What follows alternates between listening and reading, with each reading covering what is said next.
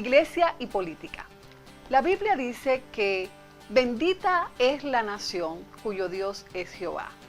Y cuando leemos esto, pensamos en hombres justos que puedan estar al frente de una nación.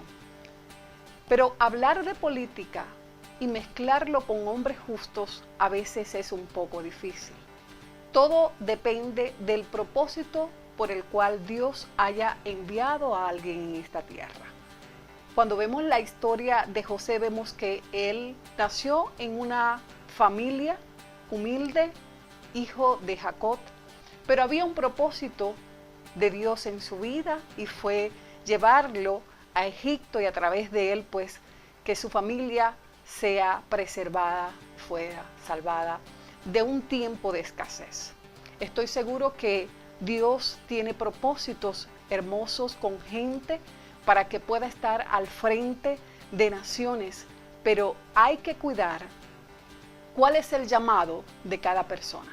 Realmente un hombre que ha sido llamado para estar al frente como líder, como pastor de una iglesia, podría mezclar lo que es ser un pastor y al mismo tiempo estar al frente gobernando una nación.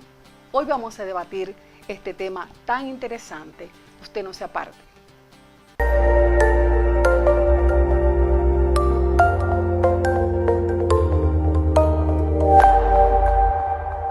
Amigas y amigos, estamos de vuelta con más de Formando la Mejor Imagen. El día de hoy discutiendo un interesantísimo tema, iglesia y política. ¿Deben caminar de forma paralela o hacia la misma dirección? Nuestros puntos de contacto acá en pantalla y de inmediato quiero dar la bienvenida al pastor Harvey Bocour. Bienvenido, pastor. Gracias por aceptar nuestra invitación. Gracias, Joanny. Me siento muy honrado de esta invitación y poder participar con ustedes en este programa. Hablamos de iglesia y de política. En la primera parte nuestro panel discutía un poco sobre el papel que está jugando la iglesia, pero yo quiero que comencemos hablando un poco de historia, ¿no? Porque cuando mucha gente habla de Jesús, algunos dicen que Jesús caminó con política, otros dicen que caminó sin política. En realidad, ¿qué pasó en la vida de Jesús en el ámbito de la política? Bueno, cuando Jesús vino, se encontró un escenario político bastante difícil, hablando de la nación de Israel. El asunto es que cuando Jesús viene, Él viene con un enfoque profético específico. Es decir, en la profecía bíblica habla de Jesús o del Mesías viniendo como el Ben Yosef, es decir, que Él vino a ser el Mesías sufriente. Él vino con un enfoque y fue ir a la cruz del Calvario y morir por toda la humanidad. Es decir, Él no podía salirse de ese carril profético y por esa razón muchos en el momento cuando Jesús viene no aceptaron su venida porque ellos estaban esperando a un Mesías libertador. Ellos estaban esperando que se cumpliera en la venida del Mesías el Ben David, es decir, el Mesías príncipe que los libertara del imperio romano. Pero en su primera venida Él vino para libertar a la humanidad del pecado y de la aflicción. Entonces, históricamente, Jesús se encuentra en un escenario político muy revuelto, muy difícil, pero muchos trataron, al ver el auge del ministerio de Jesús, las sanidades y las masas que Él movía, trataron de hacerle rey. Trataron de inculcarle la idea de que Él podía llegar a una plataforma política, pero Jesús vino enfocado en lo que tenía que hacerse. Ahora, en su segunda venida, la cual nosotros estamos esperando, cuando Él venga a colocar sus pies sobre el monte de los olivos, allí todas las profecías como Mesías príncipe, como gobernante, se puede, si estudiamos la etimología en la palabra política, Jesús va a ser un político, porque va a ser un gobernante, pero va a gobernar con perfección. Esos 1000 años que gobernará, no habrá corrupción, burocracia, no habrá ningún problema, porque nada más y nada menos tendremos como gobernante, como rey, como presidente a nuestro Señor Jesucristo. Así es, yo creo que quedó bastante claro, ¿no? Hablando históricamente sobre el papel de Jesús en el ámbito histórico y en el ámbito político. Ahora, para ti, ¿cuál es el papel que está jugando actualmente la iglesia en el ámbito político? ¿Lo ves de manera activa o de manera pasiva? Bueno, por décadas la iglesia del Señor ha estado muy pasiva en este tema político por diferentes variantes. Número uno, por desconocer la etimología, el significado de la palabra política.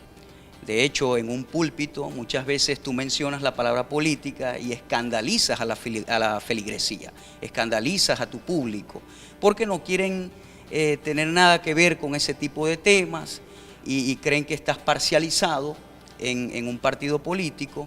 Pero la Escritura, desde Génesis hasta Apocalipsis, nos habla de manera implícita y explícita de la política, porque si nos vamos a la definición, la política es una ciencia para gobernar y organizar en la sociedad humana. Entonces, si es una ciencia y es para gobernar, para establecer orden en una sociedad, la Escritura habla en casi todos los libros. Hay diferentes ejemplos de los cuales ahora podemos conversar en cuanto a gobierno, a gobernabilidad. Y desde Génesis, cuando Dios le dice al hombre, gobierna, ten señorío sobre la tierra, allí de una manera totalmente clara podemos ver cómo Dios le entrega al hombre el señorío para gobernar. Volvemos y vamos a la época de los jueces, que fue un tipo de gobierno. Se muestra en la Escritura un poco informal, pero hubo un periodo de jueces desde que muere Josué y hasta que entra Samuel en escena. Después viene un gobierno totalmente monarca, de manera monárquico, y comienza con el rey Saúl, ¿ve? Y entra otro tipo de gobierno en escena. Pero a través de la Escritura vemos hombres que llegaron a una posición de poder, y no porque el enemigo los llevó allá, sino porque el mismo Dios les proveyó una plataforma para ellos poder impactar a la generación donde estaban desde el ámbito político. ¿Qué pasa con la iglesia? Que ha perdido su significado, la política para ellos, y ellos han enmarcado, o el pueblo de Dios ha enmarcado la política en los traumas de la corrupción moral. Es decir, desde que, hablando históricamente acá en Venezuela, desde que nosotros tenemos democracia, después del gobierno de Marcos Pérez Jiménez, que vemos que una serie de presidentes ha pasado en nuestra historia, pero estos presidentes han marcado no necesariamente una historia buena en cuanto a la ética moral, al buen gobierno y a la buena administración financiera o de destino de los recursos.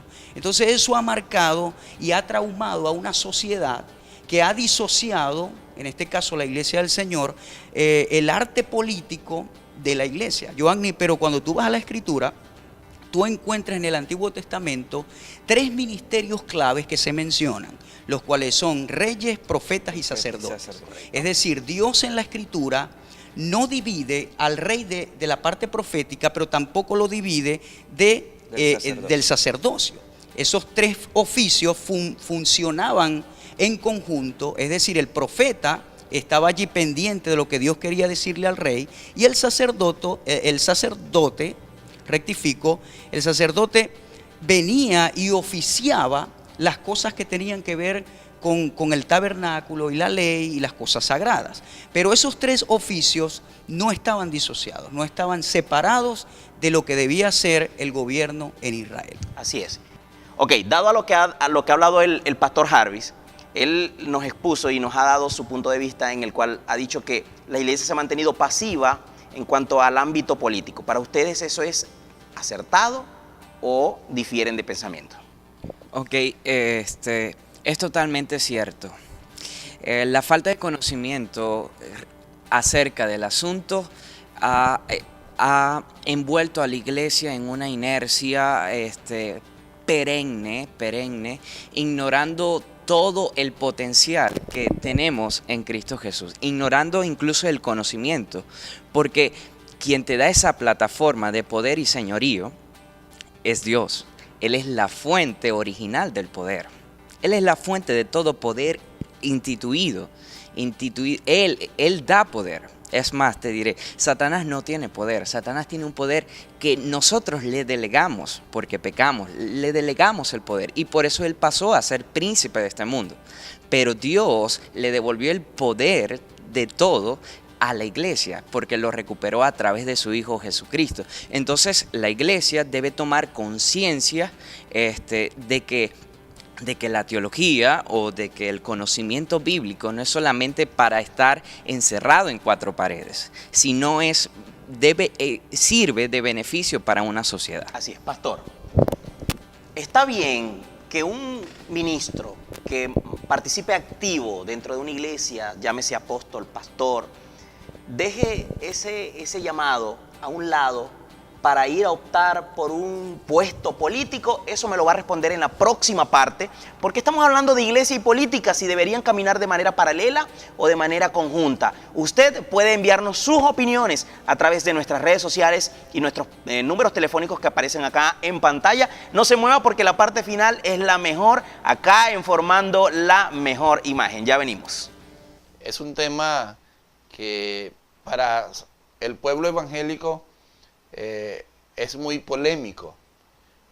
Esto es producto de que si se permite que personas llamadas a un ministerio cristiano pueden optar a ciertos cargos políticos. Quesera Mi Bendición te ofrece los más deliciosos quesos del mercado y del municipio y además los más variados. Tenemos también para usted todo en charcutería y productos de primera necesidad. Nos puedes ubicar en nuestras dos direcciones, la primera en el sector Los Cactus y la segunda en la avenida principal Limpia Norte a 150 metros de Villarrica. Y sepa usted, fabricamos nuestros propios quesos. Cuando busque calidad, venga con los expertos. Quesera Mi Bendición.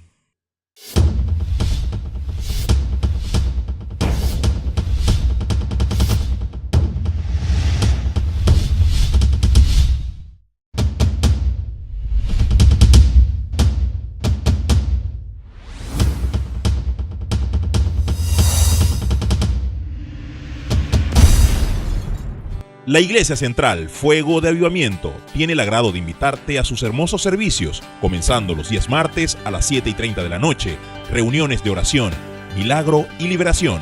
Los jueves, Escuela de Líderes a las 7 de la noche. Los domingos a las 9 de la mañana, Escuela Bíblica Dominical. Y a las 5 de la tarde, servicios familiares de júbilo y enseñanza. Dirección, sector 24 de Julio, calle 170, municipio San Francisco, Estado Zulia, Venezuela. Iglesia Central, Fuego de Avivamiento. Todo Carnes, lo mejor en carnes en San Francisco.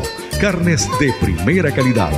Lomo, carnero, costilla, chuleta ahumada, puerco, gallina, pollo y todo tipo de carnes. Además, víveres en general y charcutería.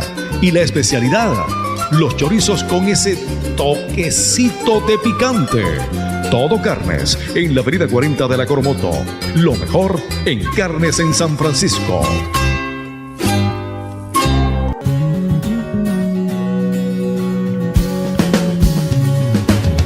En Superferia Los Amanes somos parte de tu día a día. Con nosotros encuentras frescura del campo en frutas y hortalizas. Llévese lo que necesita a los mejores precios. Estamos ubicados en la avenida principal de la urbanización El Samán.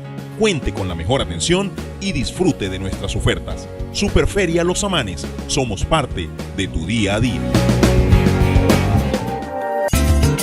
Tostadas y refresquería Paque Nelson te ofrece el plato número 1 del venezolano. Las mejores arepas de todo San Francisco, pa' Venezuela y el mundo. Tenemos arepas asadas y fritas, con carne, pollo, cerdo, lomo negro, mollejitas, exquisitas reinas pepiadas y mucho más. Estamos ubicados en la avenida 18 con calle 15 de Sierra Maestra, en toda la esquina. Tenemos punto de venta.